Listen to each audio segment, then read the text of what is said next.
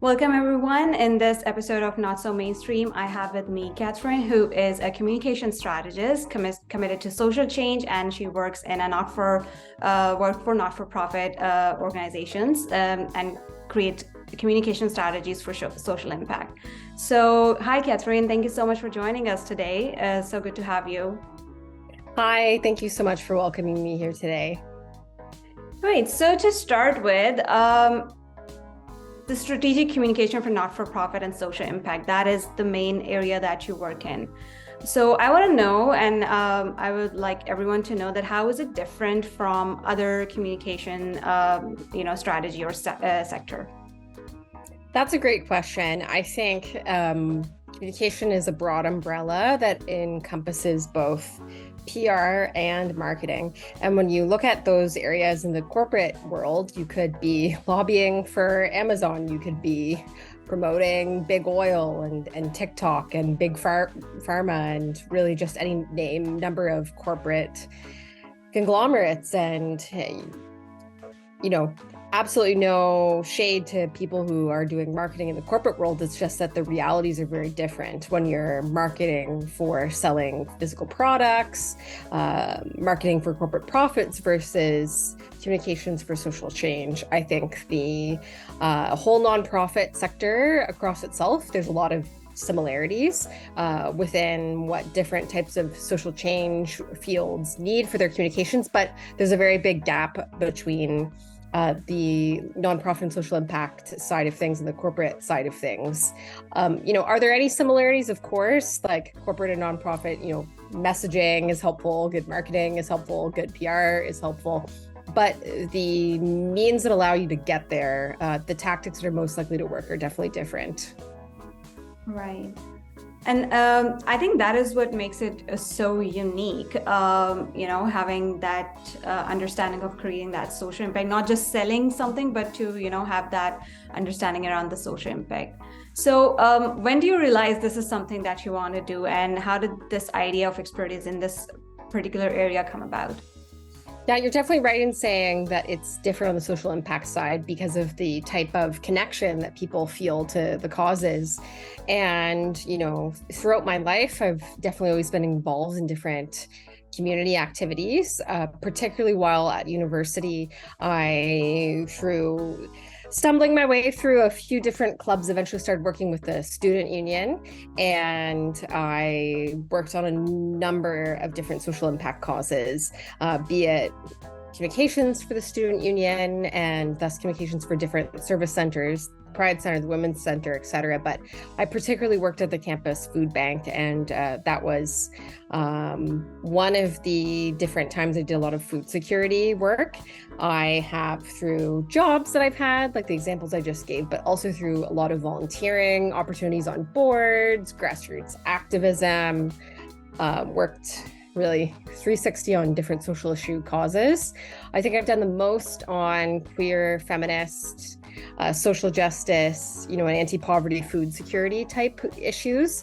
And those early days, particularly around the student union, dipping my toes into different types of topics really taught me a lot. And of course, the student union was a nonprofit, and that introduced me to a number of different concepts related to non-for-profit communications, PR, marketing, all of that. From there, I went to the Hill, Parliament Hill, and from there I went back into the nonprofit world, and then finally started consulting for myself, where I'm working in communications strategy consulting for progressive nonprofits.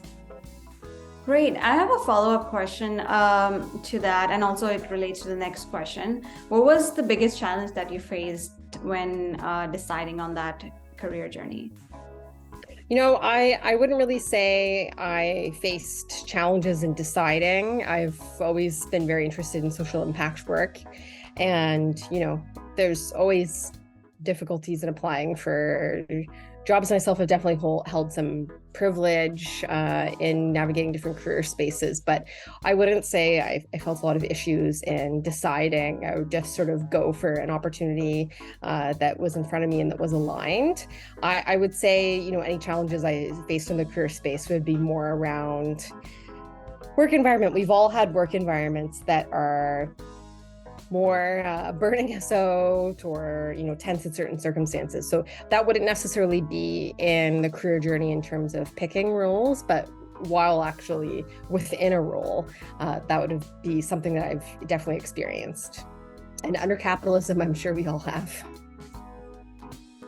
That's great, and I agree. Like those challenges are like common in every area, every industry. So the next question, kind of like related, what do you think is the biggest challenge for not-for-profits when it comes to communicating their goals and objectives? Because they are aiming towards some, achieving some kind of like an objective, a campaign, and things like that. So what's the biggest challenge there for not-for-profits specifically? Overwhelmingly, it's that they don't have a strong enough strategic foundation. So they're not clear enough on their messaging, even really important foundational messaging like, who are you? What do you do? How do you make an impact?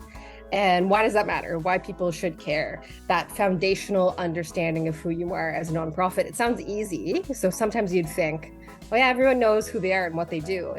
Well, you'd be surprised, right? How many nonprofits actually struggle to pitch their work clearly and persuasively, their work overall, but also, is how you talk about your programs clear? Is it actually landing? Is it sticking? Is it persuading people?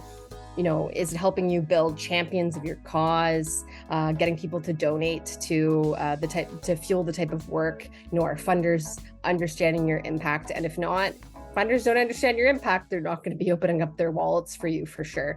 That fundamental strategy, a lot of it is messaging and brand identity. That's what I just went into, but it goes further than that, right? It's nonprofits need stronger strategy when it comes to their overall communications, both the marketing and PR side of things for sure.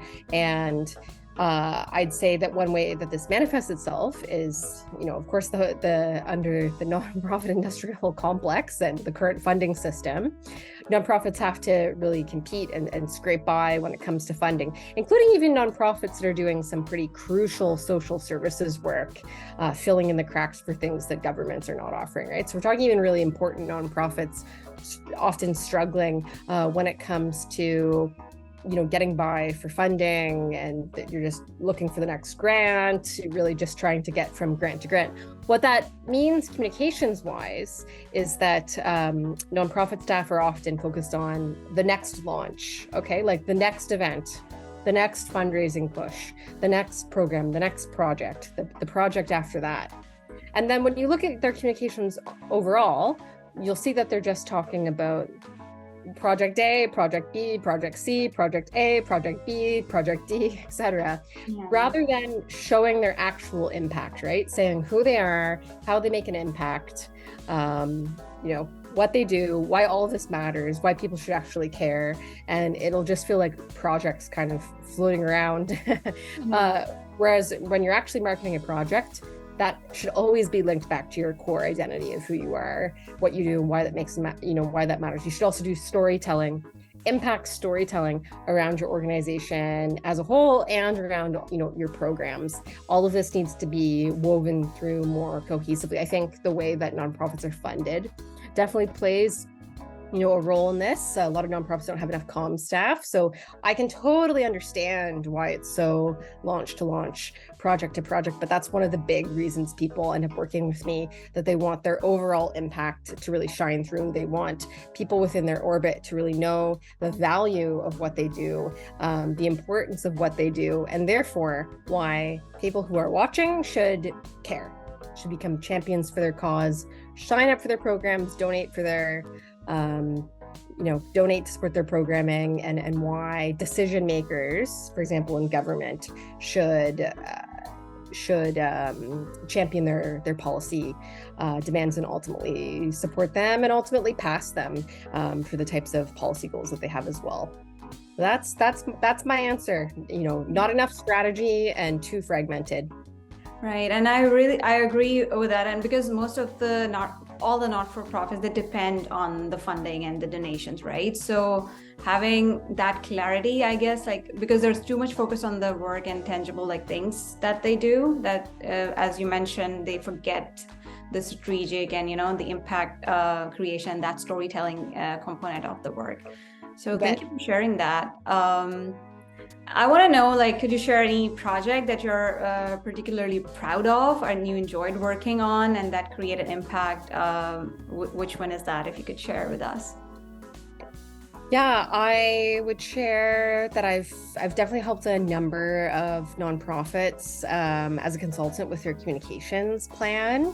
And the reason that I care about that is because as a consultant, I come in and I help them strengthen their communications and solve those different types of issues that I said, right? So that they can show their impact clearly and, have people care about their work. And when people care about your work, it just puts you in a better position for opportunities. So whenever I do a communications plan, I'm always very proud of that.